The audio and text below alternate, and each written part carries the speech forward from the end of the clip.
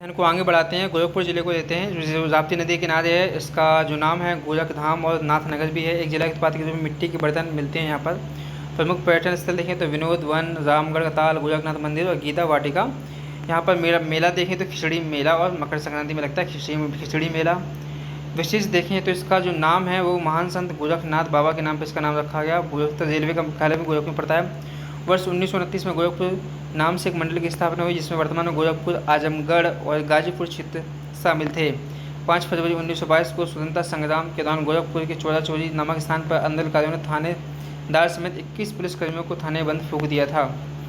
गोरखपुर में स्थित गीता प्रेस बहस सस्ते मूल्य पर सनातन में जोड़ी किस्तों को प्रकाशन के लिए विश्व प्रसिद्ध है। गीता प्रेस को 2021 में गांधी शांति पुरस्कार से सम्मानित किया गया था। गीता प्रेस की स्थापना 29 अप्रैल 1923 को जयदयाल गोयनका और हनुमान प्रसाद पोछार द्वारा की गई थी। कल्याण नामक प्रसिद्ध मासिक पत्रिका गीता प्रेस गोरखपुर से प्रकाशित होती है।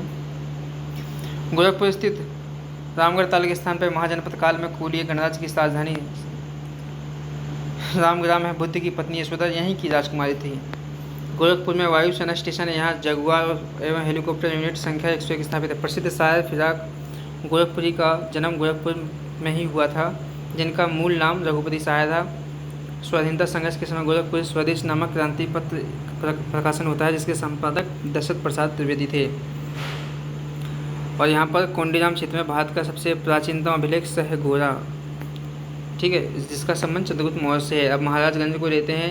यह फर्नीचर के लिए फेमस है। यहाँ पर पर्यटन स्थल देखें, सोहगी बरवा वन्यजीव विहार है। सोनली बॉर्डर भी महाराजगंज में है। विशेष गोरखपुर का विभाजन का जनपद के रूप में महाराजगंज की स्थापना 2 अक्टूबर 1989 को हुई थी। गौतम बुद्ध का ननिहाल वर्तमान महाराजगंज के जनपद में है, नेपाल की सीमा पर स्थित है।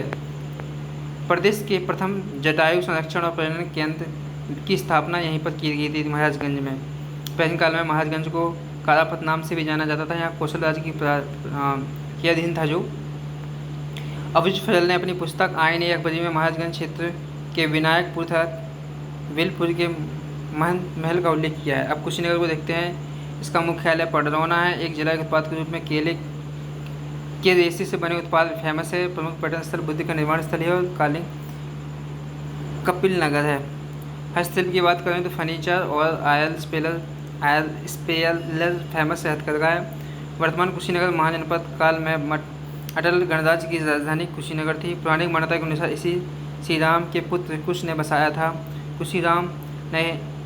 कुशीनगर में हिरण्यवती नदी के तट पर गौतम बुद्ध का महापरिनिर्वाण हुआ था। इसे परिनिर्वाण स्थली के रूप में बौद्ध धर्म का तीर्थ माना जाता है। इतना इंपॉर्टेंट नहीं है यहाँ पर।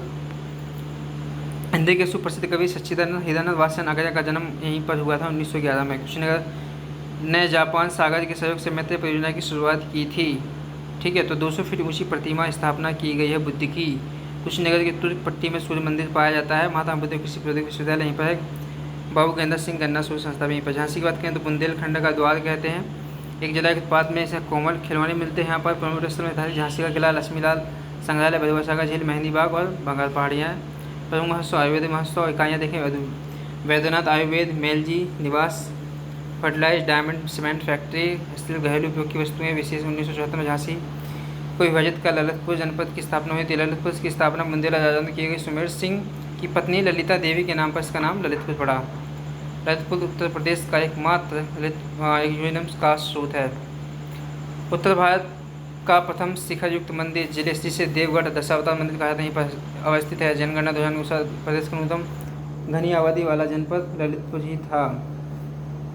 न्यूनतम घनत्व वाला ललितपुर की बात करें तो यहाँ पर इसका नाम देवगढ़ का नगर कहते हैं। एक जिला के उत्पाद में जरी सिल्क साड़ी मिलती है। प्रमुख पर्यटन विस्तार स्थल में देखें तो देवगढ़ का जैन मंदिर और माता टीला राजगढ़ मंदिर जैसे देशावतार।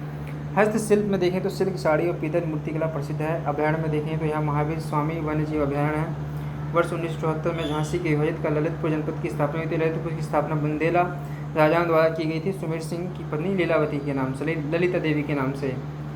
और इसको हम पढ़ चुके हैं। आगे देखते हैं वाराणसी को मंदिरों का शहर कहते हैं। भारत की राजधानी, धार्मिक, भारत की पवित्र नगरी और घाटों की नगरी। एक जिला उत्पाद में रेशम उत्पादन के लिए फेमस है। यहाँ पर प्रमुख गंगा के 84 घाट, काशी विश्वनाथ मंदिर, सारनाथ बौद्ध मंदिर और तुलसी मंदिर, मनसा मंदिर, रामनगर मंदिर, ज्ञान भाभी मस्जिद और औंधी ताल।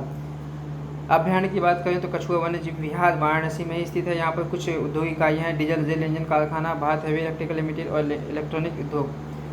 वाराणसी जनपद गंगा के बाएं तट पर अवस्थित है। पौराणिक मान्यताओं से वाराणसी का उद्गम वरुण और 80 नदियों से हुआ है। ठीक है, और वाराणसी काशी जनपद की राजधानी थी। अपना प्रथम उपदेश वाराणसी के समीप सारनाथ में ही दिया था। मौर्य सम्राट अशोक द्वारा निर्मित स्तंभ वाराणसी के जनपद सारनाथ में ही मिलता है। ठीक है, अंतर्राष्ट्रीय चावल अनुसंधान केंद्र भी वाराणसी में है। दीनदयाल हस्तकला वाराणसी में, भारतीय सब्जी अनुसंधान संस्था, भारतीय हथकरघा तकनीक अनुसंधान, Indian institute handloom technology, Madan Mohan Malviya cancer केंद्र, लाल बहादुर शास्त्री बाबतपुर अंतर्राष्ट्रीय हवाई अड्डा भी यहीं पर है। तो इतनी चीज़ें हमें देखने को मिली हैं, इसको आप रिकॉल कर लेंगे और बेसिकली MCQ लगाएंगे, बार बार पढ़ेंगे।